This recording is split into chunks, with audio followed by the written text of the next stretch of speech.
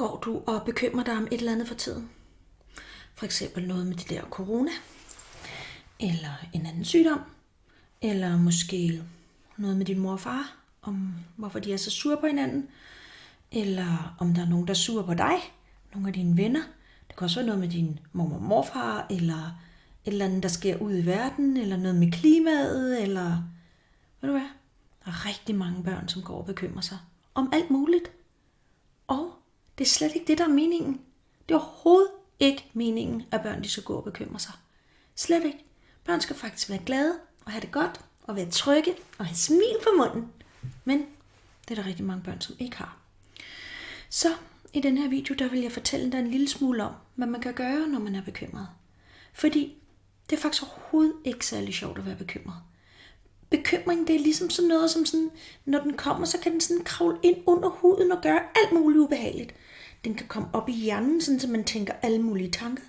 Den kan komme sådan ned i hjertet, sådan, så man går sådan og er ked af det. Den kan også komme ned i maven, sådan og gøre maven snurre sig helt sammen, så man får det dårligt.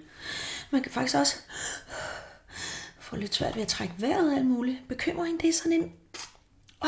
den kan være rigtig stram at have.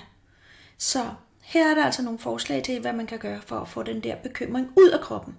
Fordi det er slet ikke meningen, at børn skal være så bekymrede. Og det er jeg fuldstændig sikker på, hende der Mette Frederiksen, altså hende der statsministeren, det vil hun også sige. Børn skal ikke være bekymrede, børn skal have det godt. Så her er der nogle forslag til, hvad du kan gøre. Nummer 1. Jeg har 4 forslag. Der er sikkert flere. Men her er der i hvert fald 4. Nummer 1. Sig det til din mor og far. Det er altså det, de er der for. De skal hjælpe dig.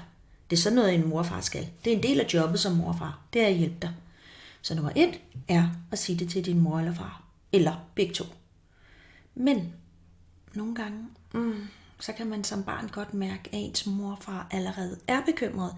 Eller har det dårligt. Og så har man ikke lyst til at sige det til dem, fordi man har ikke lyst til, at de skal blive sådan mere bekymrede eller noget. Ja, sådan er det faktisk nogle børn, som har det. Og så kan det være, at du kan bruge en af de andre 3 muligheder, jeg har. Nummer 2. Skriv det op i en bog. Fordi ved du hvad?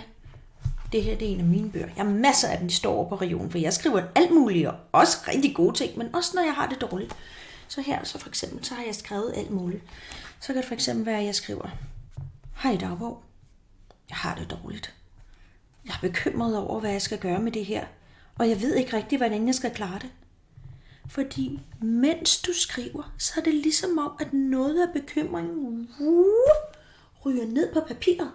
Og så kan du lukke bogen, putte den op på hylden, og så er noget af bekymringen røget med derovre og står bare derovre på hylden. Så det er en af måderne at komme af med noget af bekymringen på.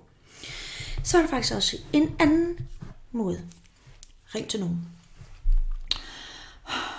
Ved du, hvem jeg ringer til? Min mormor. Altså hun er død. Men det er faktisk slet ikke så tosset, fordi så kan hun altid tage telefonen. Hun er altid til rådighed. Så ringer jeg for eksempel op og siger, hej mormor, jeg har det ikke så godt. Jeg er bekymret. Jeg ved ikke rigtigt med det der corona der, og der er også en masse andre ting, jeg er bekymret for. Hvad siger du? Det kommer til at gå godt? Er du sikker på det? Jeg er fuldstændig sikker, fordi jeg synes altså, det er så godt at snakke med hende, fordi hun er altid godt humør, og hun har altid tid til at støtte mig. Jamen, hvad siger du? Nå, ja. Okay, ja. Ej, tusind tak. Ej, mormor, tak. Det var lige det, jeg brugte for at høre. Ja, tak skal du have. Hej. Så ring op til en, som du kender. Det kan også være en, som er levende, men det kan også være til en, som er død, fordi de har jo altid mulighed for at tage telefonen. Og min mormor, hun hjælper mig altid med at stole på, at jeg er god nok, og det nok skal gå. Så det er også en mulighed. Og her kommer den 4. mulighed. Og det er en hjælpeven. Prøv lige at se ham her. Det her, det er min nuser. Ham har jeg været gode venner med, siden jeg var 4 år.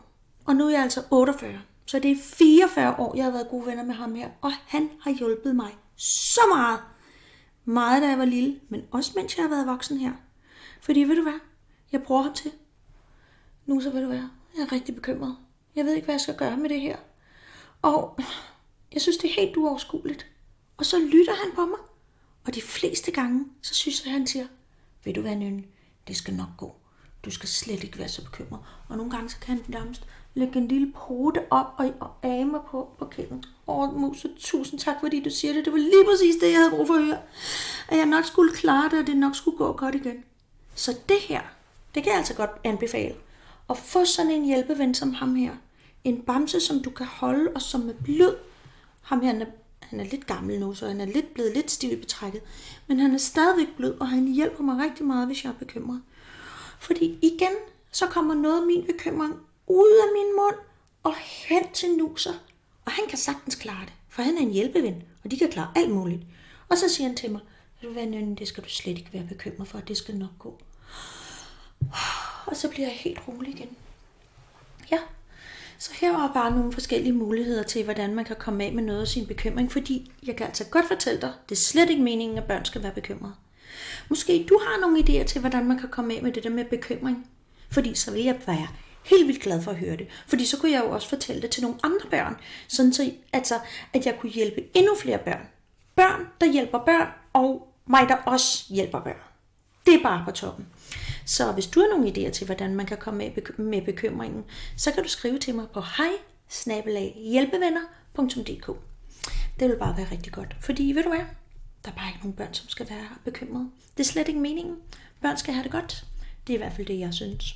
Så jeg håber, du har det rigtig godt. Så ses vi i en video lige om lidt igen. Hej hej!